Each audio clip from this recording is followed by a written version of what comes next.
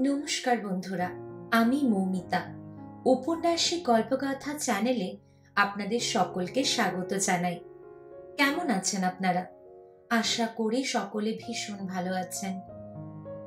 ইংরেজি মাসের নতুন বছরের সকলকে শুভেচ্ছা জানাই। সকলে নতুন বছর সুষ্ঠু এবং সুন্দরভাবে উপভোগ করুন। বেশ কিছুদিন অসুস্থ থাকায় বিরতি হয়ে গেছে। আমার কণ্ঠের উপরও অনেক প্রভাব পড়েছে।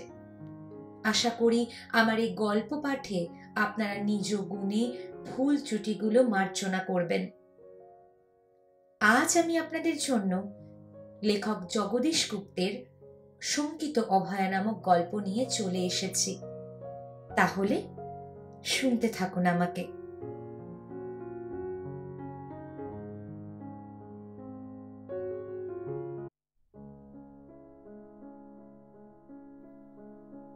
মেয়ে শান্তিময়ীর জন্য জননী অভয়ার মানসিক চাঞ্চল্যের এক মুহূর্ত বিরাম নাই।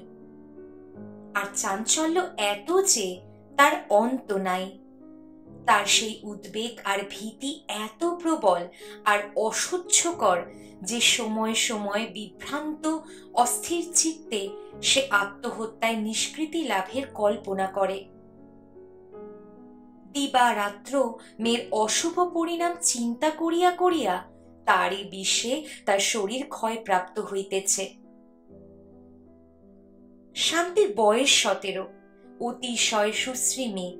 শরীরের গঠন নিবিড়তা এমন পূর্ণাঙ্গ চমৎকার সুস্থ যে অভয়ার মনে হয় তার তুলনা নাই। কিন্তু মনে হয় না যে স্বচ্ছন্দ চিত্তে তাকে নিরীক্ষণ কি আশীর্বাদ করা যায়। তার রূপ আর দোষের কথা মনে হইয়া অভয়ার শরীর আতঙ্কে শিহরিত হইতে থাকে। সর্বাপেক্ষা মুগ্ধকর তার চক্ষু দুটি। মেয়ের চক্ষু ঠিক মায়ের অতীত দিনের চক্ষুর মতো। গাঢ়তম বর্ণে তা গভীর, কিন্তু গম্ভীর নয়। হাসিতে ভরা, ভারী অস্থির। মনে হয় গভীরতার ভিতরে এমন চাঞ্চল্য একটা স্রোত বইতেছে যার লক্ষ্য নাই, ইষ্টকর ক্ষেত্র নাই, প্রতি মুহূর্তে যার গতি পরিবর্তিত হইতেছে। অভয়ার অত্যন্ত ভয় এখানেই। তার মনে হয় মেয়ে যেন কেবলই ভাবে কাজের বেলায় লঘু গুরু ন্যায় অন্যায় বলিয়া বাধা কিছু নাই। দেখিতে হইবে কাজে দুঃসাহস চাই কতটা, আর তাতে নতুনত্ব আর কৌতুক কতটা। অভয়ার ভয়ের কারণ শান্তির মনের লীলাপ্রিয়তা। তাকে বৈচাত্য বলা যাইতে পারে। উদ্ভট আর উৎকট যা তারই দিকে তার অন্ধ আগ্রহ। আর যত উদ্ভট আর উৎকট আলাপ তার, আর কার সঙ্গে তা জানা নেই, কিন্তু বাপের সঙ্গেও। অভয়ের আরো মনে হয় মেয়েটির প্রকৃতি আর রুচি এমনই তরল আর স্থলিত আর নিম্নগামী যাতে তাহাকে কেবল গৌণ আনন্দের হেতু মনে হইয়া মুখ্য উল্লাসের দুদিনের সহচরী হিসাবে লাভ করিতে পুরুষ লালাহিত হইয়া থাকে। বিবাহের পাত্রী হিসেবে যে বিচার্য নহে।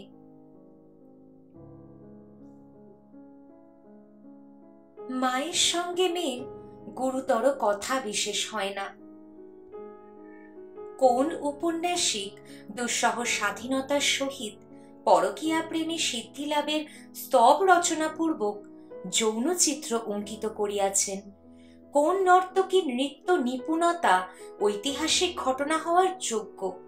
কোন অভিনেতার কণ্ঠস্বর চমৎকার মাদকতাপূর্ণ? আর স্বরগ্রামে প্রত্যেকটিতেই সমান খেলে ইত্যাদি বিষয়ে অভয়া কি জানে? কিন্তু শান্তি তা জানে। বাপের সঙ্গে তর্কও করে, জিতিতে চায়।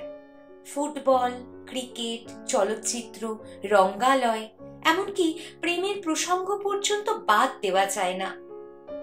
এমনকি প্লেটোনিক লাভও তাদের অবাধ চর্চার অন্তর্ভুক্ত। গভীর অনুসন্ধিৎস সহিত শান্তি জানিতে চায়, বাবা, তাকে সম্ভব কি? তুমি শুনেছ কি তবে ওই প্লেটোনিক লাভ? স্বামী স্ত্রীর সম্পর্ক হবে, অথচ স্ত্রী পুরুষের নিবিড়তম সম্পর্ক স্থাপিত হবে না, যাতে তা আদৌ ঘটবে না। তা কি হয়? কোথায় পেলে এ কথা? একখানা ইংরেজি বইয়ে পড়লাম, কিন্তু যুবক আর একটি যুবতী ওই শর্তে বিয়ে করেছিল। স্ত্রীটি ছিল নর্তকী, নৃত্য কলায় চমৎকার শো দেখানোই ছিল তার একমাত্র আকাঙ্ক্ষা। সবকিছুকে বলি দিয়ে কিন্তু জয়মাল্য পেতে হলে সবুর শোয়ে থাকতে হবে। ছেলেটি তাকে ততদিন প্রতিপালন করতে রাজি হলো। দুজনাই ওই কলা নিয়ে উন্মত্ত। তারপর খেয়ালের ঝোঁকে কিছুদিন বেশ চলল। ছেলেটির কাছে ঘেঁষে না, চুম্বন পর্যন্ত নিষিদ্ধ। কিন্তু ক্রমশ ছেলেটির সম্বন্ধে দেখা গেল রক্ত বিশ্বাসঘাতকতা করছে, হৃৎপিণ্ডে আঘাত করছে। বললে, আমরা ভুল করেছি, তুমি এসো। মেয়েটি বললে, আমি আর্টের উপাসিকা, তোমাকে আমি ভালোবাসি, কিন্তু সাবধান, তুমি আমার সম্মুখে এসো না। তুমি অত্যন্ত দুর্বল, দুর্বল পুরুষকে আমি ঘৃণা করি, তুমি যাও। ছেলেটি ক্ষমা চেয়ে গেল। কিন্তু একদিন হলো কি হলো? অতুল সাগ্রহে জানিতে চাহিল। সেদিন জ্যোৎস্নার রাত, স্বামী বাগানে বসেছিল অন্ধকারে একটা জায়গায়। স্ত্রী হঠাৎ ঘরের ভিতর থেকে বেরিয়ে এলো বেলকনিতে। মিহি ঢিলে একটা আংরাখা দেহে আবৃত, বাহু তুলে সে চাঁদের দিকে ঊর্ধ্ব নেত্র হয়ে রইল। বাহু আন্দোলিত করে তাকে যেন আহ্বান করল। সে আহ্বান যাকেই করা হোক, ছেলেটির মনে হলো যেন তাকেই।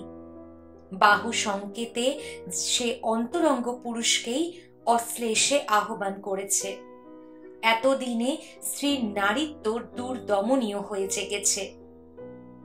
সে আহ্বান আন্তরিকতায় এমনই গভীর এবং উষ্ণ যে ছেলেটি হঠাৎ উল্লাসে দুর্বার হয়ে ছুটে এলো জ্যোৎস্নামণ্ডিত সেই অপরূপ মূর্তির কাছে, আত্মার প্রথম বরণ সার্থক করতে। কিন্তু তার আশা অমূলক।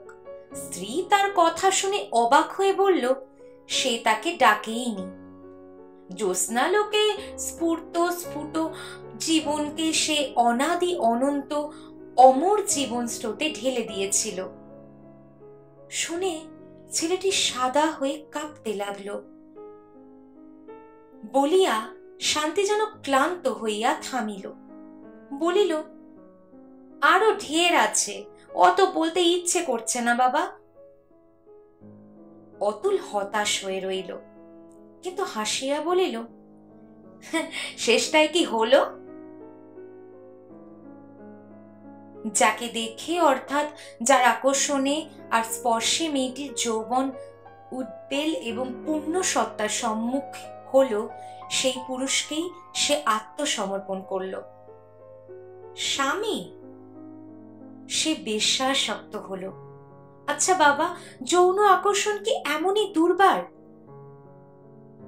অতুল শান্তির চোখে চোখে চাহিয়া বলিল, তাই তো মনে হয়, কিন্তু আমি তা বোধ করিনি। সেই অর্থে উগ্র স্পর্শ তুমি কখনো পাও নাই। বলিয়া অতুল নিজের কথার তাৎপর্য ভালো করিয়া বুঝাইয়া দিল। বলিল, নারীর উপর পুরুষের অশেষ অক্ষয় আর তীব্রতর আধিপত্য ওইখানেই। পুরুষ জাগায় তবে নারীর তার জীবনের পাত্র সুখের মধুতে পূর্ণ করে আর নিজেকে দান করে নিঃশেষ করে। এটা হবেই। সৃষ্টির ধারাকে সচল আর শক্তিশালী করে রেখেছে এই নিয়মটি। অভয়া নিঃশব্দে দরজার বাহিরে দাঁড়াইয়া কথাবার্তা শুনিতেছিল। তার স্নায়ু আর মন পুনঃ পুনঃ কেমন করিয়া মোচড় খাইতেছিল তা সেই জানে। সৃষ্টির ধারাকে সচল আর শক্তিশালী করিয়া রাখিয়াছে যে নিয়মটি, তাহাকে পৌরাণিক কি আধুনিক উপাখ্যানের সাহায্যে অধিকতর গুণপেত করিয়া উপলব্ধি করানো যাইতে পারে। মনে হইতেই অভয়া পর্দা ঠেলিয়া একটু বেগের সঙ্গেই প্রবেশ করিল। নিয়মের ব্যাখ্যানকারীকে সে বলিল, তোমার কি একেবারে মতিচ্ছন্ন ঘটেছে? এত দূর খেপেছ তুমি? শান্তির মুখের দিকে চাহিয়া অতুল ঈষৎ হাস্য করিল। অর্থাৎ দেখো তামাশা, তাই বটে। শান্তি খিলখিল করিয়া হাসিয়া উঠিল, বলিল, মা একেবারে 16 আনা সেকেলে, পাজির মতো কেবল নিষেধ পরিপূর্ণ, আধঘাট বেঁধে দেওয়া। শাসন করে সংযত রাখার উপায় ওই। অত অশুভ অন্যায় কথা আমি এখানে হতে দেব না। তোমরা সম্পর্ক ভুলেছ, এমনকি মোহের বশে যাকে ঘৃণা করতে যেটুকু গায়ে মাখতে হয় তাও যেন পারিনে। শান্তি মায়ের উক্তির প্রতিবাদ করিল, সুন্দর ভাষায় আর সুন্দরতর ভঙ্গি সহকারে বলিল, মা বোঝে না যে খোলাখুলি কথায় মন পরিষ্কার ও স্বচ্ছ থাকে। যত গ্লানি, অপরাধ আর দুষ্টামি দেখা দেয় মনের প্রশ্ন আর ইচ্ছা গোপন রাখার দরুন। লজ্জা বা চক্ষু লজ্জা করব কেন? শিক্ষা নেব না? নেও বলিয়া অতুলের দিকে একটা জ্বলন্ত দৃষ্টি নিক্ষেপ করিয়া অভয়া চলিয়া গেল, ওদের নিষ্কৃতি দিল।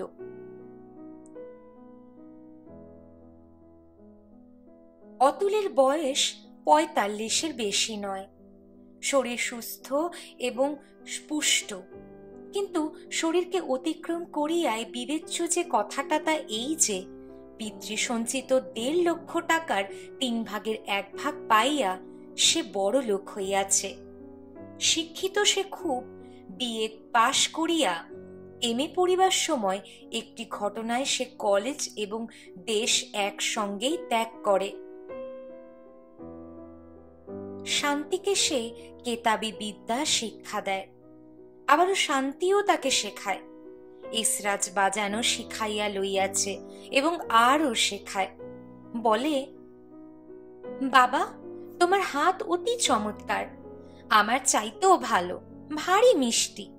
আমার কাছে শিখে তুমি তৎক্ষণাৎ আমাকে ছাড়িয়ে যাও। মাস্টার মশাই সেদিন তোমার বাজনা শুনে গেলেন তো আমাকে বললেন, শান্তি তোমার বাবা একটি অদ্ভুত প্রতিভা। শিক্ষকের শিক্ষাকে এমন দ্রুত আয়ত্ত করা আর উন্নত করতে আমি কাউকে দেখিনি এর আগে। নিজের প্রশংসা শুনিয়া অতুল যথেষ্ট পুলকিত হইল। বলিল, কিন্তু তার একটা মানে আছে। মানেটা কি? প্রচ্ছন্ন যে জিনিসটা উদ্ঘাটিত হইবার সম্ভাবনা হইয়াছে তাহাকে নবজাতকের মরমী মর্যাদা দিতে শান্তি খুব প্রস্তুত। মানে জিজ্ঞাসা করিয়া সে উৎসুক হইয়া রহিল। অতুল বলিল, তোর কাছে শিখতেই আমার কত আনন্দ। সেই মুখর আনন্দের আলাপ শুনে মনে হয় মধুর জিনিসকে মধুরতর করা হচ্ছে। বলিয়া সে যেন চুরি করিয়া হাসিতে লাগিল। তারপর বলিল, তোর গুরুর কাছে শিখলে ওটা হতো না। শান্তি জিজ্ঞাসা করিল, কেন? অতুল তখনই কোনো জবাব দিল না। একটু পরে যেন একটা কিছু সহিয়া লইয়া বলিল, সে অন্য কথা। অন্য কথা থাক, কেমন সুন্দর মেঘ করেছে দেখো বাবা। অকালের মেঘ দেখে আমার খুব নাচতে ইচ্ছে করছে, একটু বাজাবে বাবা? অতুলও মেঘ দেখিল, অপরাহ্নের সূর্যকে আবৃত করিয়া অত্যন্ত গাঢ় নীল পুঞ্জিত হইয়া উঠিয়াছে। মেঘের সেই গতিটুকু যেন তার কান্তির বিলাসিত হিল্লোল। চক্রাবালে বিদ্যুৎ স্ফুরিত হইতেছে। বলিল, বাজাবো, যন্ত্রটা দে। শান্তি এসরাজ আনিয়া দিল। বলিল, তুমি ততক্ষণ সুর বাঁধো, আমি সেজে আসি। বলিয়া সে এখনকার অর্থাৎ মেঘলোকের সঙ্গে ভূলোকের মিলন বার্তা বহন করে যে নাচ, সেই নাচের উপযুক্ত পোশাক পরিতে গেল। অবশ্য নাচের ভঙ্গিতেই গেল। অতুল যন্ত্র বাঁধিল। শান্তি সাজিয়া আসিল। অতি উজ্জ্বল চওড়া লাল পেরে মেঘবর্ণ শাড়ি বাগড়ার মতো করিয়া সে পরিয়াছে। তার সর্বাঙ্গ জড়িয়াছে ওই রঙেরই ওড়না। ওড়নার জড়ির পার ঝকমক করিতেছে। গম্ভীর কালো চুলের রাশি বিস্তৃত করিয়া এলিয়া দিয়াছে। সমগ্র কৃষ্ণ পরিবেষ্টনীর মাঝে তার গৌর বর্ণ মুখমণ্ডল অতি উজ্জ্বল দীপ্তিতে ফুটিয়া আছে। দেখিয়া অতুল মুগ্ধ হইয়া গেল। বলিল, বাহ, মেঘ, বিদ্যুৎ, ঝড় বলিয়া শান্তি হাসিল। তার হাসিটাও হঠাৎ চমৎকার হইয়া দেখা দিল। পাত পিঠ রক্তধারে প্রজাপত হইয়া তার হাসি নিমেষেই উৎফুল্ল হইয়া ওঠে। সুশিক্ষিত শুভ্র দন্তপংক্তি যেন তার যৌবন বাঞ্ছিত অন্তরে অপরূপ উদয় জটায় আলোকিত হইয়া থাকে। সমগ্র মুখমণ্ডল হাসিতে ভরিয়া যায়। কিন্তু তা দেখা দিল আরো সুন্দর হইয়া। গৃহের অভ্যন্তরে এই শ্যাম সুন্দর মেঘমালিনীর উত্তীর্ণ হইয়া মেঘের নীলাঞ্জন অঙ্গে যেন তার হাসির ঝলক লাগিল। অতুল মনে মনে তার তারিফ করিল। বলিল, সেজেছে তো চমৎকার, কিন্তু কি বাজাবো? শান্তি ভ্রুভঙ্গি করিয়া বলিল, তুমি যেন দিন দিন না বালক হচ্ছ বাবা। এই ভর্ৎসনায় অতুল আনন্দে দেখা দিল। যেন কৃতার্থ হইয়া বলিল, তা আমি জানি, কিন্তু নাচবে যে তুমি, তোমার মন এখন কি বলছে তা আমি কি করে জানবো? জানো? আচ্ছা। বলিয়া অতুলের যেন সেই মুহূর্তেই মনে মনে প্রতীক্ষার আর আয়োজনের শেষ হইয়া গেল। শান্তির উদ্দীপ্ত দেহভঙ্গির মাঝে সে একটা ছন্দ খুঁজিয়া পাইল। যন্ত্রের তারে তার একটি মাত্র আঘাতের শব্দ যেন আত্মার আবেগে কল্লোলিত হইয়া উঠিল। তারপর তার বাজনা শুরু হল। শান্তি সর্বাঙ্গ অপরূপ একটা প্রযত্নের সহিত সংযত নিশ্চল করিয়া দাঁড়াইয়াছিল। ধীরে ধীরে তার দেহ চঞ্চল হইয়া উঠিল। নৃত্য শুরু হইল। বাহু দেহ চরণের গতির ময়ময়ে রূপ গ্রহণ করিল। কুমারী সে, কেহ তাহাকে স্পর্শ করে নাই। সে কিছুই জানে না, কিছুই সে গ্রহণ করে না। প্রেম তার অজ্ঞাত। তারপর পুরুষ তাহাকে অনুসন্ধান করিতেছে। তার দেখা পাইয়াছে, কিন্তু পরিচয় পায় নাই। কুমারীর গহন অন্তর্রহস্যে তার প্রবেশ নিষিদ্ধ। তারপর সে প্রেমাবিলাসিনী, কিন্তু ছলনাময়ী। অতুলের হাতে যন্ত্র যেন সজীব হইয়া সঙ্গীত ধ্বনিত করিতে লাগিল। শান্তি এইবার দেখাইবে কুমারীর কল্পনায় লাস্য এবং কেলি প্রবণতা তিরোহিত হইয়াছে। সে এখন মহিমোমোহী। জাগ্রতা নারীর দূর নিবার প্রেমের সে এমন প্রদীপ্ত। সে তার আত্মার সহচরের সাক্ষাৎ পাইয়াছে। সে এখন রাজ্ঞী অথচ পরিচারিকা, বিজয়িনী অথচ কোমলা, পূজারিণী অথচ উপাস্যা, রঙ্গিনী অথচ পরম পবিত্রা। পর বসার মতো চায় সবই, কিন্তু কাঁপিয়া সারা হয়। মন চায় আর না চাহিবার ভান করে আর ভয় পায়। তারপরই সহসা একসময় কোলভাতা উদ্বেল প্রেমে চক্ষু মুদ্রিত করিয়া সর্বস্ব সমর্পণ করে, পুরুষের আপন হয়। তারপর আসিল স্থিতি, গতি, গণ্ডির ভিতর শান্তিময় পরিমণ্ডলের নিজের গভীরতম সত্তার পূর্ণ অনুভূতি আর পূর্বাহুতি। ওই ব্যঞ্জনাময় নৃত্য শেষ হইলে শান্তি স্তব্ধ হইয়া দাঁড়াইল। মেঘ কাটিয়া অন্তমান সূর্যের আভায় পশ্চিমের আকাশ তখন লাল, ঘরেও তা প্রতিফলিত হইয়াছে। কোলের উপর যন্ত্র নামাইয়া অতুল ধীরে ধীরে চোখ তুলিয়া শান্তির মুখের দিকে তাকাইল। নূতন কিছু দেখিবে বলিয়া সে তাকায় নাই, কিন্তু দেখিল যা তা প্রায় নূতনই।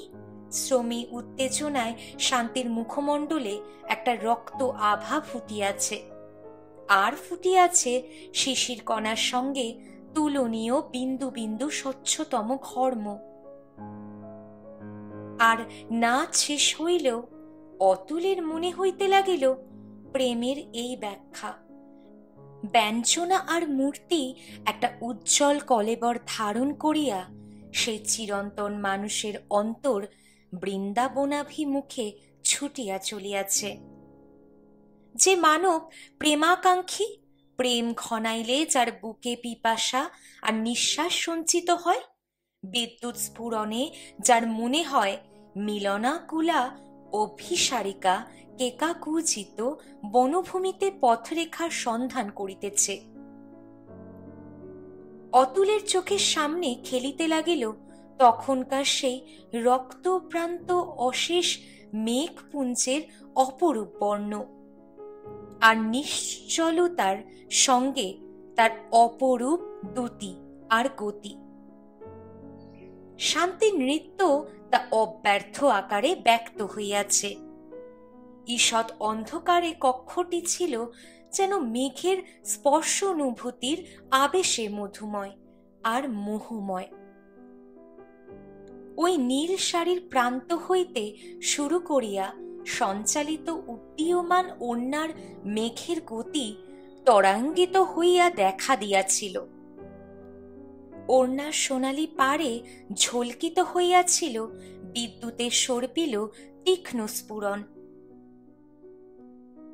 পূর্ব রাগ, অনুরাগ, মিলন, অভিমান, সম্ভোগ প্রভৃতি নৃত্যে ব্যঞ্জিত করিয়া, অর্থাৎ আপনারই আবহ স্বরূপটিকে রসে প্রেমে রঞ্জিত আর প্রেমের রসে রভসে নিমজ্জিত করিয়া শান্তি ঘন ঘন শ্বাস ফেলিতে লাগিল। তার মুখের রক্তভার সঙ্গে ঘর্মবৃন্দ এবং ওই দুটির সঙ্গে তার সঘন নিঃশ্বাস পতনও অতুল দেখিল, এবং দেখিয়া অতুলের অকস্মাৎ যা মনে হইল এমনই দৃশ্যের সমগ্র পরিবেশের অভ্যন্তরে তা অস্বাভাবিক নয়, অন্তত তার পক্ষে। এবং তারও পূর্বে নৃত্যভঙ্গিতে প্রেমের যে ইন্দ্রজাল রচিত হইয়াছিল তাহাও ইহার সঙ্গে সংযুক্ত হইল। আর সকলে মিলিয়া অতুলের মনে পড়িয়া গেল নারীর সঙ্গে পুরুষের নিকটতম যে সম্বন্ধ স্থাপিত হইলে দেহ একবার হয় অগ্নিগর্ভ, একবার হয় রোমাঞ্চিত, সেই সম্বন্ধটি। শান্তি তখন নিজেকে অধ্যয়ন করিয়া মুখ ভরে মৃদু মৃদু হাসিতেছে। জিজ্ঞাসা করিল, কেমন নাচলাম বাবা? চমৎকার, কিন্তু প্রেমের তুই কি জানিস যে এমন সুন্দর করে ফুটিয়ে তুললি? অতুল ওই সংবাদটিতে জানিতে চাহিল। শান্তি বলিল, স্বপ্ন পেয়েছি, যাই পোশাক বদলে আসি। অভয়া এতক্ষণ ভূমিশয্যায় পড়িয়া প্রাণান্তকর বিক্ষোভে কেবলই ছটফট করিয়াছে। উহাদের যারা বাজাইতেছে আর নাচাইতেছে, তাদের কি ইহকাল পরকাল ধর্মজ্ঞান কিছুই নাই? উচ্ছন্নে যাইবার পথে কি উহাদের এক মুহূর্তের জন্য একটু চৈতন্যের উদয় হয় নাই যে তারা ভদ্রলোক, নরকের ভয় নাই?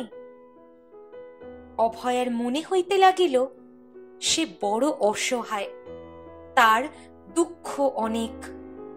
প্রচণ্ড মূর্তি ধারণ করিয়া দুষ্কার্যের প্রতিবাদ করিবার মতো মনই তার নয়, সে তা পারে না। তাই এই অক্ষমতা হয় তার এই কষ্টের কারণ। সেই কষ্টই সে আরো অবসন্ন হইয়া ওঠে, মনে হয় পাগল হইয়া যাইবে। যন্ত্রসঙ্গীত এবং তার আনুষঙ্গিক নৃত্য অথবা নৃত্য এবং তার আনুষঙ্গিক যন্ত্রসঙ্গীত সমাপ্ত হওয়ার কিছুক্ষণ পরেই অভয়া ধীরে ধীরে উঠিল, দ্বিতলে গেল, পর্দা সরাইয়া কক্ষে প্রবেশ করিল। দেখিল যন্ত্রসঙ্গীতেই যিনি নিপুণ তিনি কৌচে গা ছাড়িয়া দিয়া বসিয়া আছেন, আর যিনি নৃত্যানী নিপুণা তিনি বসিয়া আছেন পালঙ্কে। উভয় কথাবার্তা হইতেছে। মেয়ে বলিতেছে, বাংলা 30-এ কখন খান্তগিরের বাড়িতে যে নৃত্য প্রতিযোগিতা হবে তাতে আমি এই নাচটা দেখাবো। বাবা, আরো বার কত রিহার্সাল দিতে হবে। তুমি বাজাবে বাবা, তুমি বাজালেই মেডেল আমি অনিবার্যই পাবো। ওস্তাদজি খুব উৎসাহ দিচ্ছেন। মা এসে দাঁড়িয়েছে।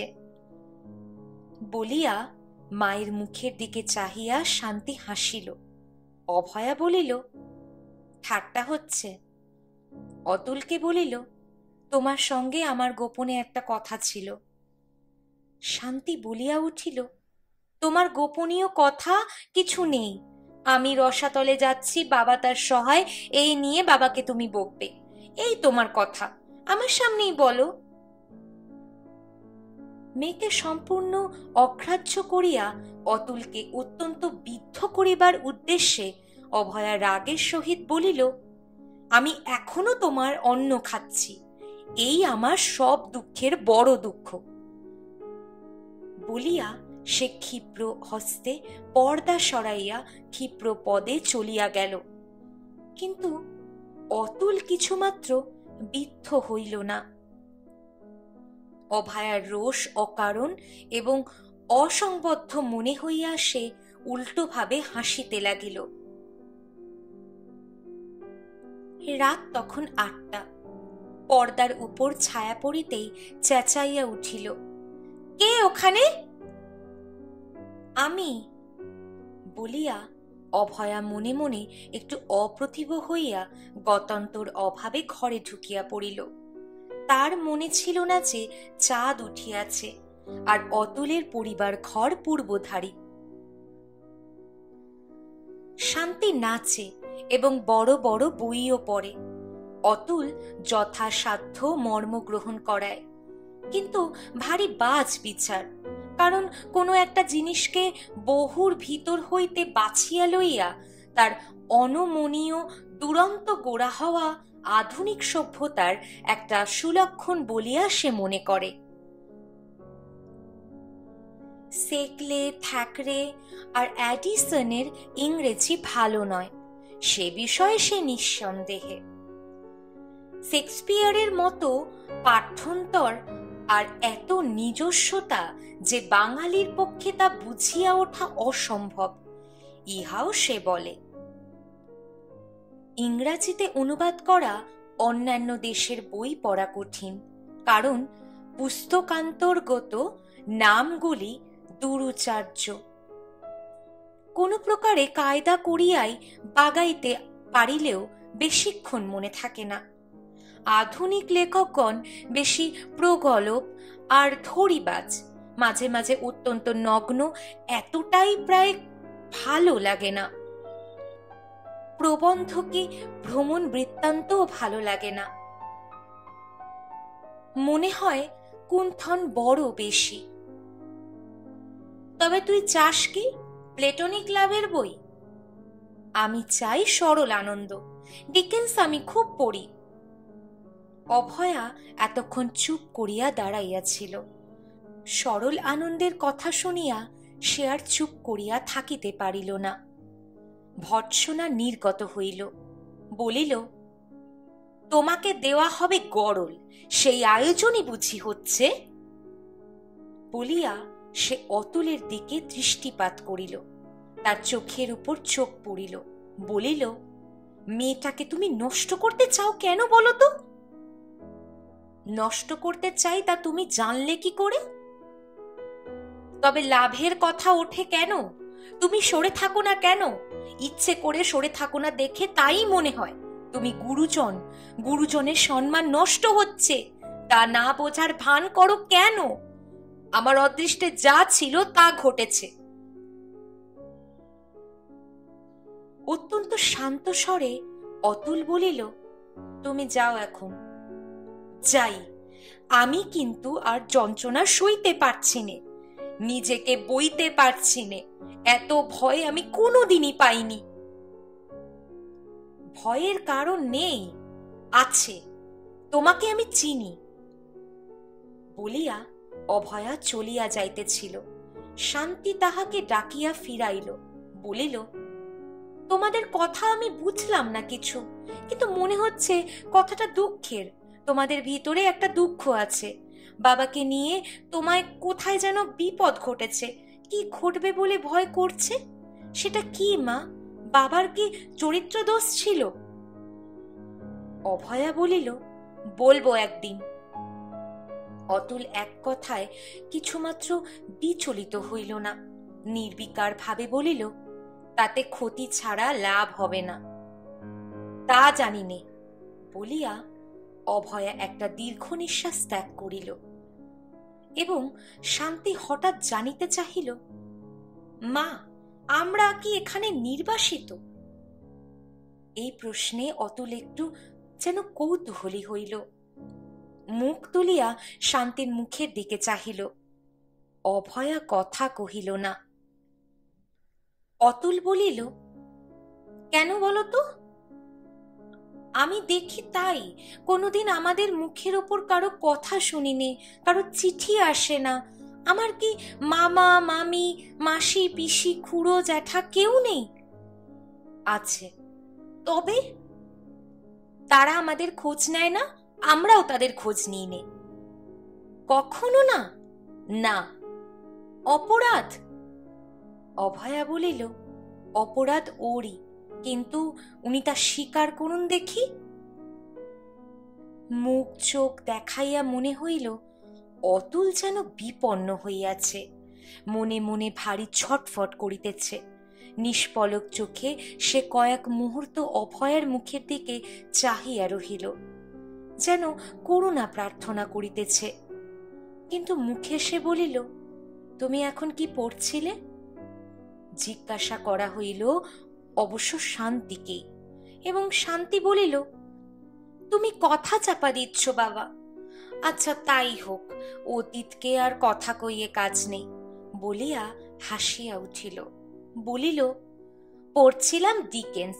ডিকেন্সের লেখায় আমি যেমন সরল আনন্দ পাই, অপর কারো লেখায় তা পাইনি। কিন্তু মা এসে রস ভঙ্গ করে দিল। তুমি যাও মা। উভয়ের কাছে অপ্রস্তুত হইয়া অতুল কিঞ্চিত ম্লান হইয়া রহিল। অভয়া বাহির হইয়া আসিল, এবং বাহিরে আসিয়া সে অশ্রু সংবরণ করতে পারিল না। অসহ্য অতীত উত্তরোত্তর অতিশয় উচ্চ কণ্ঠ এবং যন্ত্রণাকর হইয়া উঠিয়াছে, তাহাকে উদ্গীরণ না করিলেই নয়। অভয়াকে যেন কণ্টকপণে বিচরণ করিতে হইতেছে, তাহাকে সেখানে ঠেলিয়া দেওয়া হইয়াছে। অষ্টপ্রহর এমনই তার সুসব্যস্ত হইয়া সে নিষ্কৃতির উপায় অন্বেষণ আর যন্ত্রণা। মেয়েটিকে কোন পথে লওয়া হইতেছে তা সে নিঃসংশয়ে জানে না, কিন্তু লক্ষণ আর অসম্ভব যা তা ভয়ঙ্কর ভাবিতে গেলে আকণ্ঠ শুষ্ক হইয়া উঠিতে হয়। হুঁশ থাকে না, বুকের স্পন্দন অচল হইয়া আসে। শান্তি একদিন গল্প করিতেছিল। সে আর তার বাবা রাস্তায় বেড়াইতেছে, এমন সময় হঠাৎ তাহাদের সম্মুখে পড়িয়া গেল একটি ভদ্রলোক।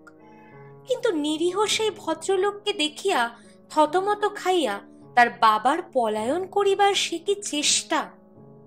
তার বাবা যেন চোর, ধরা পড়িবার উপক্রম হইয়াছে। অভয়া জিজ্ঞাসা করিয়াছিল, সে লোকটা কি করল? চোখ বড় করে বাবার দিকে তাকিয়ে থাকলো। অনেকক্ষণ পরে যেতে যেতে পিছনে তাকিয়ে দেখি দাঁড়িয়ে আছে ঠিক সেখানেই, আর আমাদের দিকে তাকিয়ে আছে। মুখখানা কেমন? ওর মতো দেখতে? না, বাবার মতো নয়, তোমার মতোও নয়। কে মা?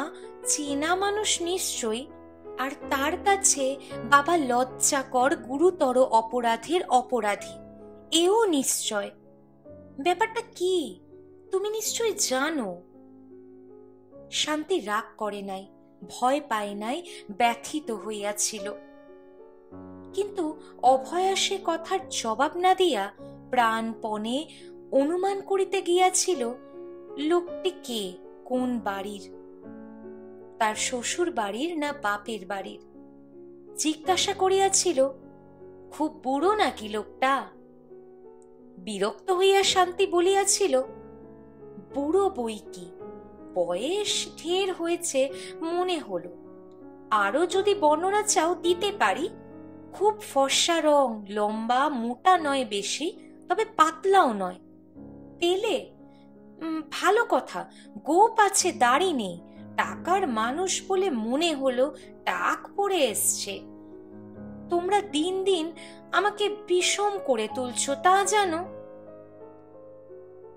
অত্যন্ত ক্লান্ত ম্লান চক্ষে মেয়ের মুখের দিকে তাকাইয়া অভয়া নির্বাক হইয়া গিয়াছিল, কিন্তু সঠিক ঠাহর করিতে পারে নাই লোকটা কে। অতুল দিয়াছিল সদুত্তর। শান্তির জবাবে সে বলিয়াছিল, ওই লোকটা তাদের ভাইয়ের ভাইয়ের বিবাদ বাধাইয়া দিয়া। কখন? যখন আমরা পৃথক হই। আমাদের পারিবারিক ব্যবস্থার ভিতরে তার আসার দরকার ছিল না, আমরা কেউ তাকে ডাকিও নাই। দাদাকে ওকালতির কুপরামর্শ দিয়া বেশি বাড়াবাড়ি করিতেই একদিন দিলাম কষে প্রহার। সেই থেকে লোকটা পরম শত্রুর হয়ে আছে। বলিয়া অতুল এমন উন্মুক্ত একটি উচ্চহাস্য ধ্বনিত করিয়াছিল যে প্রহারের অপমান আর যন্ত্রণা লোকটা আজও যে ভুলিতে পারে নাই, তাহা প্রচণ্ড নির্মল একটি কৌতুকের বিষয়। শান্তির মনে হইয়াছিল, ঘটনাটা সত্যিই বুঝি তাই, কিন্তু অভয়া এই জাজল্যমান মিথ্যা উক্তির দরুন নয়, যথার্থ ব্যাপার সন্দেহ করিয়া বিবেক দংশনে অত্যন্ত বিষণ্ণ হইয়া উঠিয়াছিল। অতুল শান্তিকে লইয়া সিনেমায় গিয়াছে, কিন্তু ফিরিতে বড় বিলম্ব করিতেছে। শো শেষ হয় 9:30, কিন্তু এখনো তারা ফেরে নাই। রাত 10টা বাজে। এই বিলম্বেই অভয়া উৎকণ্ঠায় অস্থির হইয়া বেড়াইতেছে।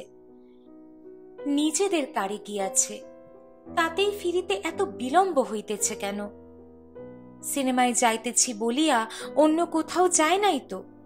ত্রাসে অভয়ার মাথার ঠিক আসতেছে না।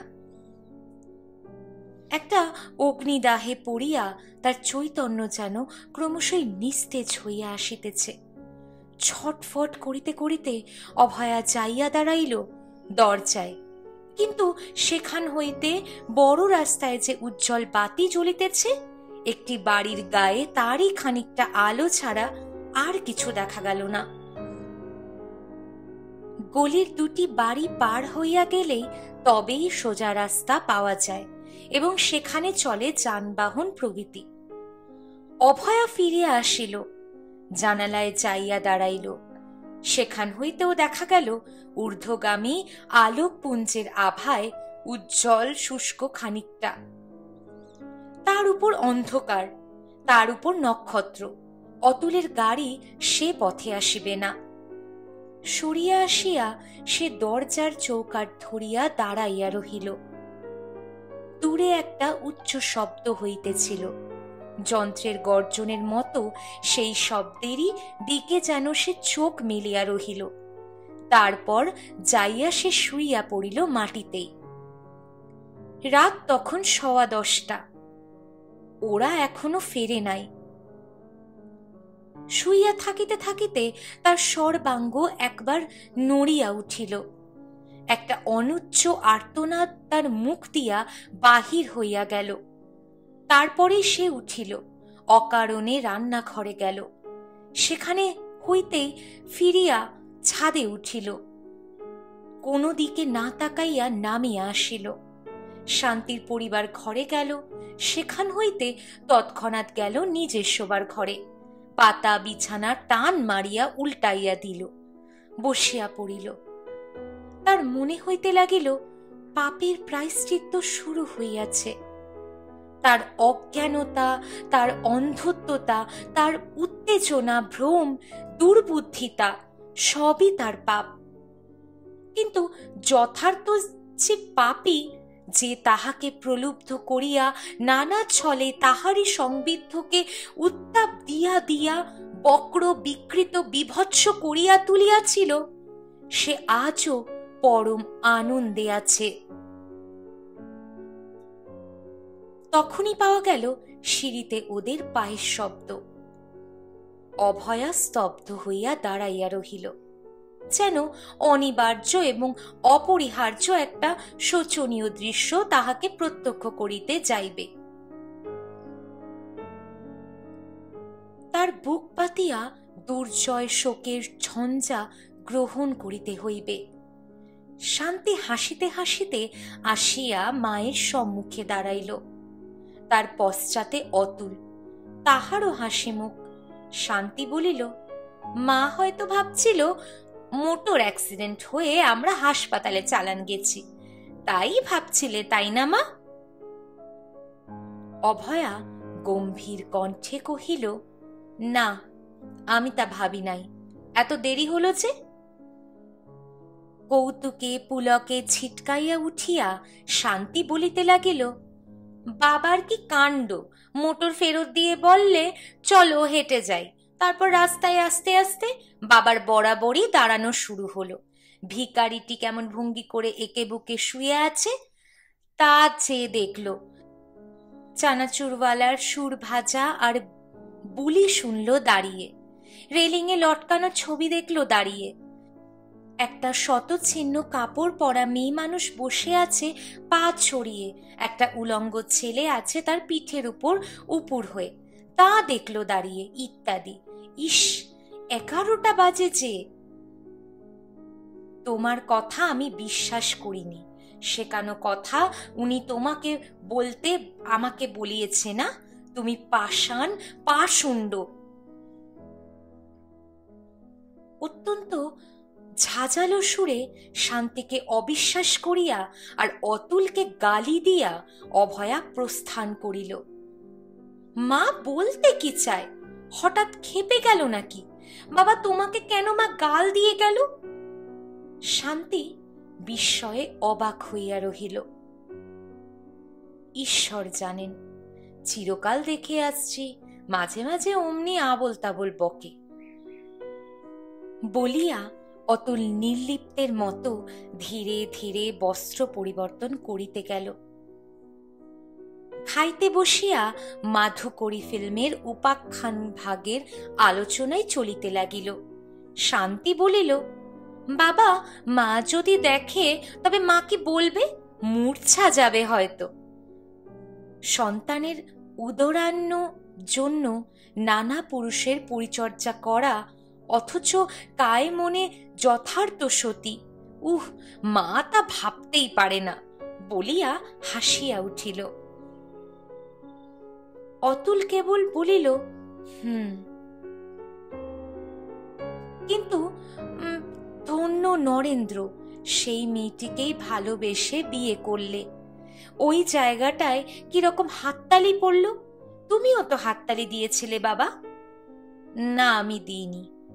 দিয়েছিলে। অতুল আবারও অস্বীকার করল, না, আমি দিইনি।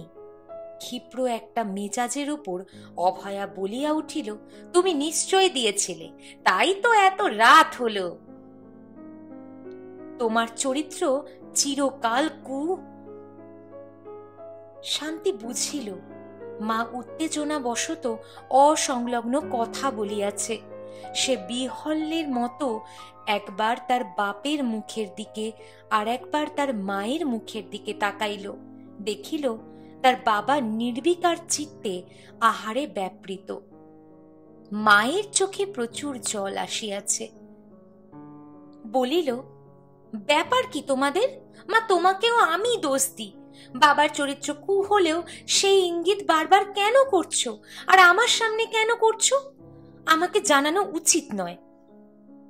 তোমাকে ও কুস্বর্গ দিচ্ছে, কেন বলবো না? পড়ায় তোকে কদর্য বই, নাচায়, কথা কয় খারাপ খারাপ, আমি চুপ করে থাকবো? কিন্তু তারপরে তিনজনে চুপ করিয়া রহিল। আনন্দের আকাশ যেন দূষিত বাষ্পে ঘোলা হইয়া গেল। এই নিরানন্দ আবহাওয়ায় শান্তিকেই আঘাত আর বিব্রত করিল বেশি। রাত্রি তখন অনেক। অভয়া বিছানা ছাড়িয়া উঠিল। মেয়ের ঘরের দরজায় গেল, চৌকাঠে দাঁড়াইয়া কি একটা ভাবিল। তিনটি শয়নকক্ষ পাশাপাশি, ভিতরের দরজা খোলাই থাকে, অর্থাৎ অনর্গলে আবদ্ধ থাকে না। অভয়া দরজা ঠেলিয়া খুলিল। শান্তি অগভীর ঘুম ভাঙিয়া গেল। বলিল, কে? আমি, তোর মা। উঠে আয়, কথা আছে। কথা যে আছে তাহা শান্তি বুঝিয়াছে। শুইয়া শুইয়া সে আজ অনেক কথাই ভাবিয়াছে। তার বাবাকে তাহারই সমকক্ষে চরিত্রহীনতার অপরাধে পুনঃ পুনঃ লাঞ্ছিত করার কারণ গভীর। নিরীহ ভদ্রলোকের পথে দেখিয়া তার বাবার চোরের মতন দ্রুতগতি পলায়ন করিবার কারণও গভীর। কেবল পারিবারিক কারণ, বিবাদ নয়। বাপের কুশিক্ষায় আর প্রশ্রয়ে সে অধঃপতি চাইতেছে। মায়ের এই ধারণা, মায়ের উদ্বেগ স্বাভাবিক। কিন্তু মা গোপনে লক্ষ্য রাখিতে সচেষ্ট কেন? তার বাবা অবশ্য তাহাকে কুশিক্ষা দিতেছেন না। যে সব কথাবার্তা তার সঙ্গে হয় তা এখন সর্বদেশেই সর্বজনীন ভাবে আলোচিত হইতেছে। মায়ের সেকেলের মনে আর স্থিরতা বোধে তা আঘাত করিলেও মা খুব প্রকাশ্যে তাহাকে শাসন কি সাবধান করে না। মায়ের যত আক্রোশ বাবার প্রতি, যত ভর্ৎসনা তাকেই। আর এমন কি হইয়াছে যে কাঁদিতে হইবে? মা খুব কাঁদেও। শান্তির ইহাও মনে হইল, আত্মীয় স্বজন যারা আছে তারা জীবনে কেউ একেবার দেখা করিতে আসিল না কেন? সে দুষ্কৃতিটা কি, যাহার দরুন সবাই দূরে সরিয়া আছে একেবারে চিরদিনের মতো? ইত্যাদি বিষয় এবং বিষয় স্তরেও পুনঃ পুনঃ চিন্তা করিয়া শান্তি ব্যাপারের হেতু এবং পরিণাম অনুমান করিতে পারে নাই। অপরাধ কোন জাতীয় তাহাও সে কল্পনা করিতে পারে নাই। এবং ইহাও তাহার স্মরণ হইয়াছে যে তাহার বাবার মুখে কোনোদিনই পাপের কুণ্ঠা সে লক্ষ্য করে নাই। না ঘুমাইয়া শান্তি ওই সব যথেষ্ট চিন্তা করিয়াছে এবং বিস্মিত হইয়াছে।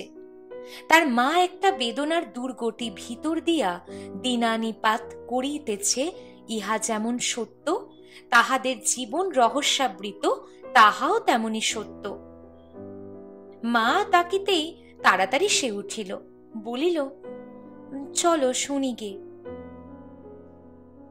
উভয়ে নিঃশব্দে ছাদে উঠিল এবং উঠিয়াই অভয়া ঝরঝর করিয়া কাঁদিয়া ফেলিল। চরম ব্যাকুলতার সহিত মেয়েকে দুহাতে জড়াইয়া ধরিয়া যে কথা সে জানিতে চাহিল, সে কথা কেহ সে উচ্চারণ করিতে পারে তাহা বিশ্বাস হয় না। অভয়া বলিল, আমি পাগল হয়ে গেছি, আমার বুক পুড়ে ছাই হয়ে যাচ্ছে। বল সত্যি করে শান্তি, তোকেও নষ্ট করেনি তো? এই প্রশ্ন মানুষকে কেবল অবাক নয়, পাণ্ডুর করিয়া তুলিবার পক্ষে যথেষ্ট। শান্তি পাণ্ডুর হইয়া উঠিল। প্রশ্নের মর্ম সে বুঝিল। মায়ের স্পর্শ ত্যাগ করিয়া সে জিজ্ঞাসা করিল, নষ্ট করার মানে কি? আর ও বলে তুমি কার কথা বলছো? বেটা ছেলে মেয়ে ছেলেকে নষ্ট করার মানে বুঝিস নে? বুঝলাম, কিন্তু ও মানে কি? অতুল। শুনিয়া শান্তি যেন বুকে ঘা খাইয়া নড়িয়া উঠিল এবং সরিয়া দাঁড়াইল। বলিল, বাবার কথা বলছো? হ্যাঁ, ও ইচ্ছে করলে যে কোনো স্ত্রীলোককে বশীভূত করতে পারে। তুমি সত্যি ক্ষেপে গেছো মা, একেবারে উন্মাদ হয়ে গেছো, নইলে এমন অশ্রাব্য কথা তোমার মুখে বেরোলো কি করে? বাবা চরিত্রহীন এ কথা তুমি অনেকবার বলেছ, কিন্তু এ কি কথা তোমার মুখে মা? বাবা! বাধা দিয়া অভয়া বলিল, ও তোর বাবা নয়, কেউ নয়। তোকে নিয়ে ওর সঙ্গে কুল ত্যাগ করেছিলাম। বলিতে বলিতে হঠাৎ সে নিস্তব্ধ হইয়া গেল। শান্তির একটা নিঃশ্বাস পতনের শব্দ হইল। তারপর চরম নিঃশব্দে একটি একটি করে গভীর রাত্রির মন্থর মুহূর্ত কাটিতে লাগিল।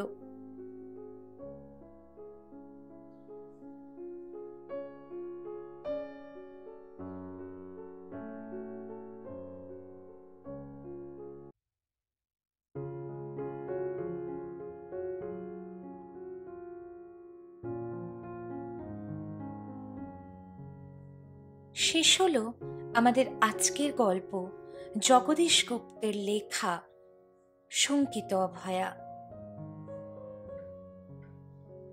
ছোটবেলা থেকে যে সম্পর্ককে আমরা একদম নিজের বলে মনে করি, তা যদি কখনো হঠাৎ করে বদলে যায়, তবে আমাদের মধ্যে কেমন অনুভব হয়? অভয়ার দুর্ভাগ্য কি সত্যি শান্তির জীবনে প্রভাব ফেলবে আদৌ? জানি না। এসব প্রশ্নগুলি লেখক তার গল্পের মাধ্যমে আমাদের কাছে রেখে গেলেন। আমি জানি আজকে আমার গল্প পাঠে অনেক ভুল ত্রুটি ছিল। আশা করি আপনারা নিজের মনে করে এই ভুল ত্রুটিগুলি ক্ষমা করে দেবেন। আমার গল্প পাঠ যদি আপনাদের ভালো লাগে তাহলে অবশ্যই একটি লাইক ও কমেন্ট করবেন এবং শেষে আমার চ্যানেলটি সাবস্ক্রাইব করে পাশের বেল আইকনে ক্লিক করে অল নোটিফিকেশন বাটনটি অন করে রাখতে ভুলবেন না, যাতে খুব তাড়াতাড়ি নতুন নতুন গল্প নিয়ে আমি আপনাদের কাছে দ্রুত চলে আসতে পারি। আজকের মতো এখানেই বিদায় নিচ্ছি। খুব তাড়াতাড়ি দেখা হবে নতুন কোনো গল্পের সাথে। ততক্ষণে সকলে ভীষণ ভালো থাকুন এবং সুস্থ থাকুন। ধন্যবাদ।